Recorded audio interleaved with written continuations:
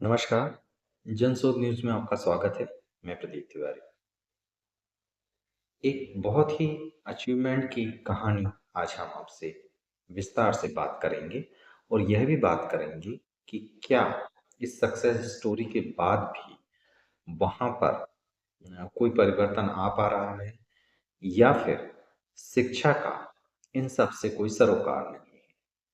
ये यक्ष प्रश्न इसलिए है कि जिस राज्य ने आज शिक्षा के क्षेत्र में जबरदस्त सफलता प्राप्त की है, उसी राज्य में सबसे ज़्यादा राजनीतिक एक प्रकार का अखाड़ा बना हुआ है और वहाँ के जो नागरिक हैं, वो भी इतने चुनौतियों से अलर्ट नहीं दिखाई देते। बांग्लादेश की चुनौती हो, आंतरिक कलह की चुनौती हो, राजनीतिक प्रतिद्वंद्विता की चुनौती हो, इन सभी मुद्दों पर वहाँ के जो राजनीतिक हैं, वो आपस में द्वंद्व में लगे हुए हैं, जबकि वह राज्य गंभीर बांग्लादेशी चुनौतियों से दो चार हो रहा है। हम बात कर रहे हैं त्रिपुरा की।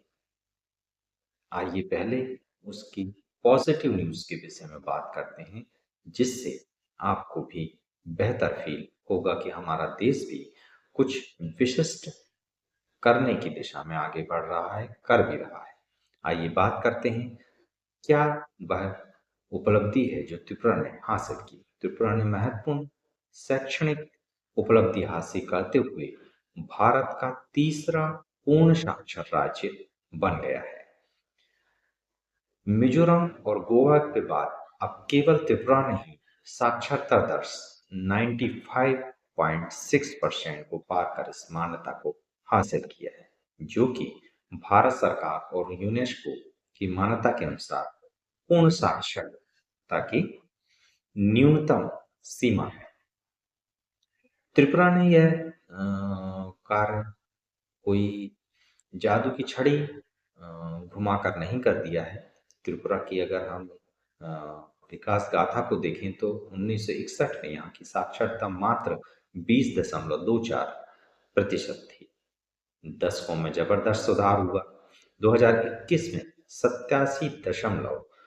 2011 में यही साक्षरता 87.22% पर आ गई। लगातार प्रगति कर रहा था। पीएफएल एलएस की रिपोर्ट के अनुसार 2023-24 में यह 93.7% तक पहुंच गई और यह आंकड़ा लगातार बढ़ रहा था। 2025 में यह 95.6% पर आ गया। यह आंकड़ा दर्शाता है कि राज्य ने मानव को अपनाते हुए ग्रामीण और शहरी दोनों जगह में शिक्षा का विस्तार किया, उस पर जबरदस्त कार्य किया। त्रिपुरा ने एक टाइम फ्रेम बनाकर शिक्षा पर काम किया। केवल गवर्नमेंट नहीं, बल्कि वहाँ के लोकल लोगों ने भी इस पर जबरदस्त सहभागिता की, जिसका परिणाम है कि आज जो त्रिपुरा है, भारत का तीसरा साक्षर राज्य बन गया है। जो उल्लास करके कार्यक्रम है, उसको सरकार जो त्रिपुरा ने जबरदस्त तरीके से इम्प्लीमेंट किया। उल्लास यानी understanding life long learning for all in society new India literacy programme के व्यापक कार्यान्वयन का परिणाम है कि यह कार्यक्रम 2022-27 से तक लागू है। इसमें पाठन, लेखन, मूल अंक गणित, जीव कौशल और व्यावसायिक शिक्षा को शामिल किया गया है, जिसको त्रिपुरा ने जबरदस्त तरीके से इम्प्लीमेंट किया है। 2228 स्वयंसेवकों के साथ और 943 समाज सेवी और सामाजिक चेतना केंद्रों के योगदान से त्रिपुरा ने यह नई इबारत गढ़ी है। शिक्षा सामग्री को बंगाली, अंग्रेजी और कोक बिरोक भाषाओं में तैयार किया, जिसमें त्रिपुरा ने कड़ी मेहनत की। शिक्षा सिर्फ पहचान तक सीमित नहीं है, बल्कि व्यवहारिक जीवन कौशल प्रदान करता है। यह जो त्रिपुरा ने सिद्ध करके बताया। मगर इसके इतर ये जो वहाँ के राजनीतिक दल हैं, जो वहाँ के जो राजनीतिक महकमा है, उसे इस पर गौरवान्वित होना चाहिए था, इस पर एक भव्य कार्यक्रम आयोजित करना चाहिए था। मगर यहाँ पर राजनीतिक जो पार्टी हैं वो दो चार कर रही हैं। बीजेपी और टिपरा मोथा पार्टी टीएमपी के बीच विवाद चल रहा है। TTA-DC Tripura tribal area autonomous district council के आगामी चुनावों से पहले दोनों दलों के समर्थकों के बीच में भीषण हिंसा हो चली है। टीएमसी का जोर टिप्रासा समझौते को लागू करना है और कोक बिरोक भाषा को रोमन लिपि अपनाने पर है। वहीं टीएमपी ने चेतावनी दी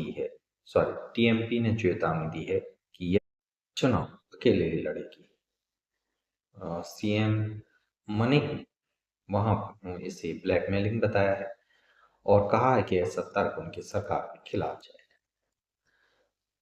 त्रिपुरा में राजनीतिक उठापटक के साथ ही वहां पर जो उसकी एक जो पोजीशन है, जो भौगोलिक स्थिति है, उसके हिसाब से वहां पर बहुत कठिन चुनौतियां भी हैं। जो बांग्लादेश से है, त्रिपुरा 3 ओर से बांग्लादेश से घिरा हुआ है, जिससे न केवल सीमा सुरक्षा बल्कि सामाजिक जीवन पर भी असर पड़ता है। टीएमसी के युवा संगठन ने बांग्लादेश में अल्पसंख्यकों पर हमले पर कड़ा विरोध दर्ज किया है।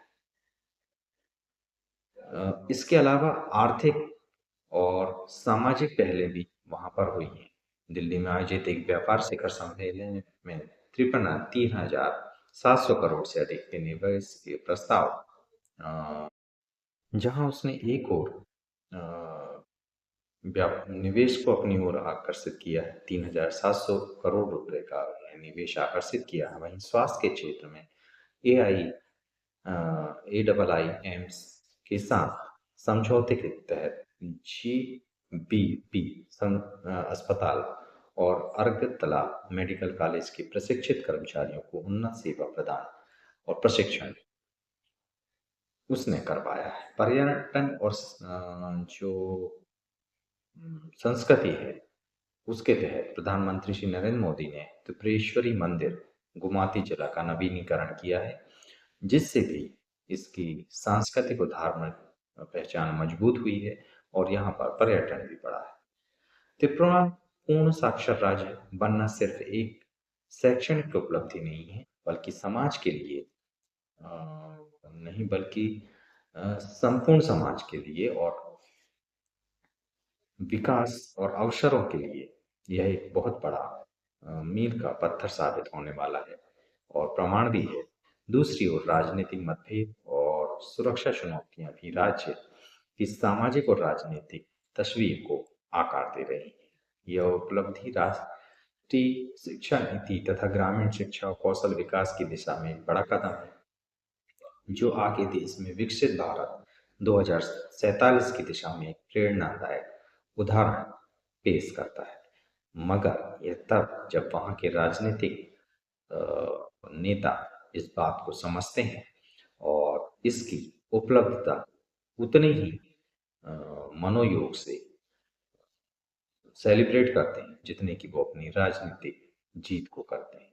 अगर ऐसा नहीं हुआ तो फिर त्रिपुरा चाहे भारत का कोई भी राज्य कितना भी साक्षर हो जाए, उसकी उपलब्धता शिक्षा की जगत में बहुत ज़्यादा मायने नहीं रखेगी, क्योंकि वहाँ के राजनीतिक और लोग उस दिशा में और उसके हिसाब से चिंतन मनन नहीं करेंगे, क्योंकि राजनीति की दिशा वहाँ की चिंतन मनन ही तय करता है। वहाँ के आम लोगों को भी शिक्षा के हिसाब से अब चिंतन और मनन करना होगा, तभी राजनीति की दिशा भी बदल पाएगी और जो वहाँ पर आसन्न चुनौतियां हैं उससे निपटा जाएगा। शिक्षा एक साधन अवश्य देती है, मगर तर्क ही उसे अ, जो एक्चुअल आधार देता है। आप इन सब मुद्दों पर क्या सोचते हैं? हमें बताएंगे तो खुशी होगी। बेखौफ पत्रकारिता और बुलंद आवाज को चुनना चाहते हैं तो लाइक और सब्सक्राइब करना ना भूलिएगा। देखते रहिए जनसुख। नमस्कार। याद रखिए, सच को चिल्लाने की आवश्यकता नहीं।